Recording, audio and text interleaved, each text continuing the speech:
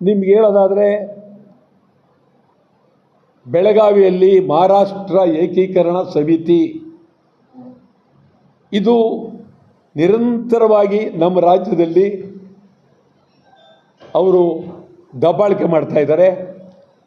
ಅವರು ಮಹಾರಾಷ್ಟ್ರ ಏಕೀಕರಣ ಸಮಿತಿಯವರು, ಕರ್ನಾಟಕ ಏಕೀಕರಣ ಸಮಿತಿ ಅಲ್ಲ. ಅವರನ್ನು ನಿಷೇಧ ಮಾಡಿ ಅಂಥೇಳಿ ನಾವು ನಿರಂತರವಾಗಿ ಹೋರಾಟ ಮಾಡ್ತಾ ಇದ್ದೀವಿ. ಅವರನ್ನು ನಿಷೇಧ ಮಾಡೋಕ್ಕೆ ಆಗಿಲ್ಲ. ಶಿವಸೇನೆಯವರ ಬಗ್ಗೆ ತೀವ್ರವಾದಿಯವರು ಗಮನ ಕೊಡಲಿಲ್ಲ. ಬೆಳಗಾವಿ ಎಲ್ಲ ರಾಜಕಾರಣಿಗಳು, ಎಲ್ಲ ಪಕ್ಷದ ರಾಜಕಾರಣಿಗಳು ಮರಾಠಿ ಓಟ್ಗೋಸ್ಕರ ಅವ್ರ ಜೊತೆಯಲ್ಲಿ ಹೊಂದಾಣಿಕೆಯಲ್ಲಿದ್ದಾರೆ. ಎಲ್ಲರೂ, ಯಾವ ಪಾರ್ಟಿಯವರಂತ ಎಲ್ಲರೂ, ಕನ್ನಡ ಪರ ಸಂಘಟನೆಗಳು ಮಾತ್ರ ಭಾಳ ಅದ್ಭುತವಾಗಿ ಇದ್ದಾರೆ.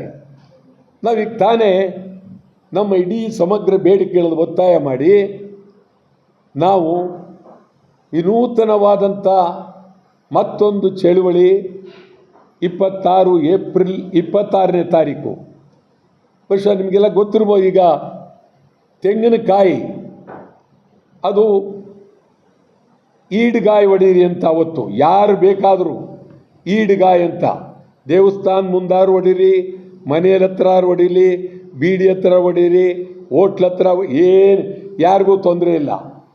ಕರ್ನಾಟಕ ಬಂದಾದಾಗ ಮಾತ್ರ ಭಾಳ ಹೇಳ್ತಿದ್ರು, ಇಲ್ಲ ಹೋಟ್ಲು ಮುಚ್ಚೋಕ್ಕಾಗಲ್ಲ, ನಮ್ಮದು ನೈತಿಕ ಬೆಂಬಲ, ಇನ್ನೊಂದು ಮಾಡೋಕ್ಕಾಗಲ್ಲ ಅಂತ ಏನೇನೋ ಹೇಳ್ತಾಯಿದ್ರು. ಇವತ್ತು ಇದಕ್ಕೇನು ಹೇಳೋಂಗಿಲ್ಲ.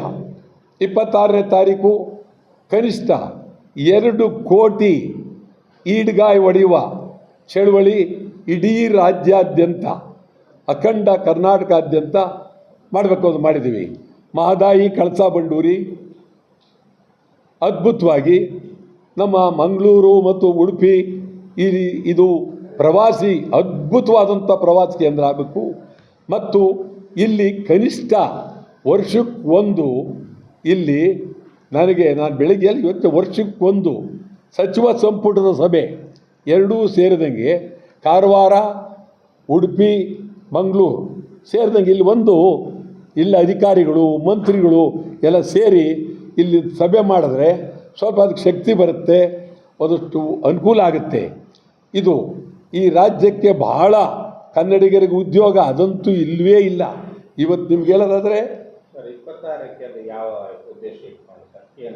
26 ಸಮಗ್ರ ಕನ್ನಡಿಗರ ಬೇಡಿಕೆಗಳು: ಮಹದಾಯಿ, ಕಳಸಾ ಬಂಡೂರಿ, ಸರಿ ಈ ಕಡೆ ಮೇಕೆದಾಟ್, ಕನ್ನಡಿಗರಿಗೆ ಉದ್ಯೋಗ, ಮತ್ತು ಗ್ರೇಟರ್ ಬೆಂಗಳೂರನ್ನು 4-5 ಭಾಗ ಮಾಡೋಕ್ಕೆ ಹೋಗಬೇಡಿ, ಒಂದೇ ಭಾಗ ಇಡಬೇಕು ಅಂತೇಳಿ ಈ ಥರ ಸಮಗ್ರ ಬೇಡಿಕೆಲಿಟ್ಟು 26 ಇಡೀ ರಾಜ್ಯಾದ್ಯಂತ ಈಡ್ಗಾಯಿ ಹೊಡೆಯುವ ಚಳುವಳಿ.